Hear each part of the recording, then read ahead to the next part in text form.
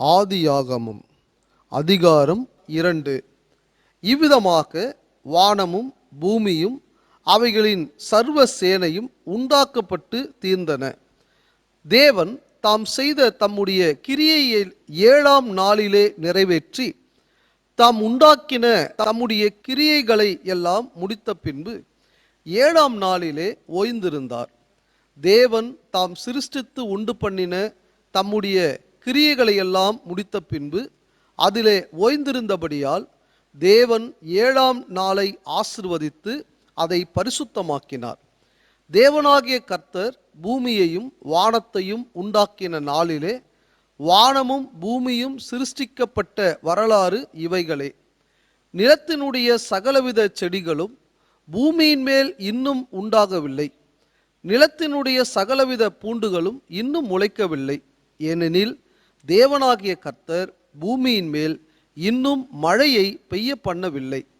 நிலத்தை பண்படுத்த மனுஷனும் இருந்ததில்லை. அப்பொழுது மூடு பனி பூமியிலிருந்து எழும்பி பூமியை எல்லாம் நனைத்தது. தேவனாகிய கர்த்தர் மனுஷனை பூமியின் மண்ணினாலே உருவாக்கி ஜீவ சுவாசத்தை அவன் நாசியிலே ஊதினார். மனுஷன் ஜீவ ஆத்துமாவானான்.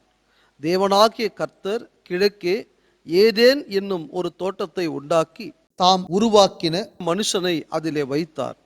தேவனாகிய கர்த்தர் பார்வைக்கு அழகும் புசிப்புக்கு நலமுமான சகலவித விருட்சங்களையும் தோட்டத்தின் நடுவிலே ஜீவ விருட்சத்தையும் நன்மை தீமை அறியத்தக்க விருட்சத்தையும் பூமியிலிருந்து முளைக்க பண்ணினார். தோட்டத்துக்கு தண்ணீர் பாயும்படி ஏதேனிலிருந்து ஒரு நதி ஓடி அங்கே இருந்து பிரிந்து 4 பெரிய ஆறுகளாயிற்று. முதலாம் ஆற்றுக்கு பைசோன் என்று பேர். அது ஆவிலா தேசம் முழுவதையும் சுற்றி ஓடும். அவ்விடத்திலே பொன் விளையும். அந்த தேசத்தின் பொன் நல்லது. அவ்விடத்திலே பிதோலாகும் கோமேதக கல்லும் உண்டு. 2ஆம் ஆற்றுக்கு கீகோன் என்று பேர். அது எத்தியோப்பியா தேசம் முழுவதையும் சுற்றி ஓடும். 3ஆம் ஆற்றுக்கு இதக்கேல் என்று பேர். அது அசிரியாவுக்கு கிழக்கே ஓடும். 4ஆம் ஆற்றுக்கு ஐபிராத்து என்று பேர். தேவனாகிய கர்த்தர் மனுஷனை ஏதேன் தோட்டத்தில் அழைத்து கொண்டு வந்து அதை பண்படுத்தவும் காக்கவும் வைத்தார். தேவனாகிய கர்த்தர் மனுஷனை நோக்கி, நீ தோட்டத்தில் உள்ள சகல விருட்சத்தின் கனியையும் புசிக்கவே புசிக்கலாம்.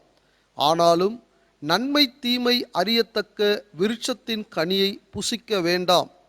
அதை நீ புசிக்கும் நாளில் சாகவே சாவாய் என்று கட்டளையிட்டார். பின்பு தேவனாகிய கர்த்தர் மனுஷன் தனிமையாயிருப்பது நல்லதல்ல, ஏற்ற துணையை அவனுக்கு உண்டாக்குவேன் என்றார். தேவனாகிய கர்த்தர் வெளியின் சகலவித மிருகங்களையும் ஆகாயத்தின் சகலவித பறவைகளையும் மண்ணினாலே உருவாக்கி ஆதாம் அவைகளுக்கு என்ன பேரிடுவான் என்று பார்க்கும்படி அவைகளை அவனிடத்தில் கொண்டு வந்தார். அந்தந்த ஜீவ ஜந்துக்கு ஆதாம் எந்தெந்த பேரிட்டானோ அதுவே அதற்கு பேராயிற்று.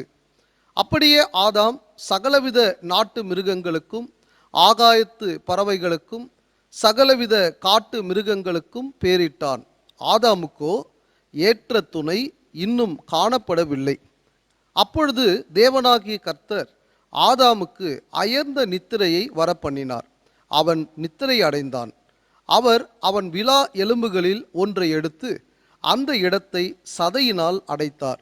தேவனாகிய கர்த்தர் தாம் மனுஷனில் எடுத்த விலா எலும்பை மனுஷியாக உருவாக்கி அவளை மனுஷனிடத்தில் கொண்டு வந்தார். அப்பொழுது ஆதாம், இவள் என் எலும்பில் எலும்பும் என் மாம்சத்தில் மாம்சமுமாய் இருக்கிறாள். இவள் மனுஷனில் எடுக்கப்பட்டபடியினால் மனுஷி எனப்படுவாள் என்றார். இது நிமித்தம் புருஷன் தன் தகப்பனையும் தன் தாயையும் விட்டு தன் மனைவியோடே இசைந்திருப்பான்.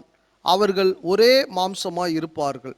ஆதாமும் அவன் மனைவியும் ஆகிய இருவரும் நிர்வாணிகளாயிருந்தும் வெட்கப்படாதிருந்தார்கள்.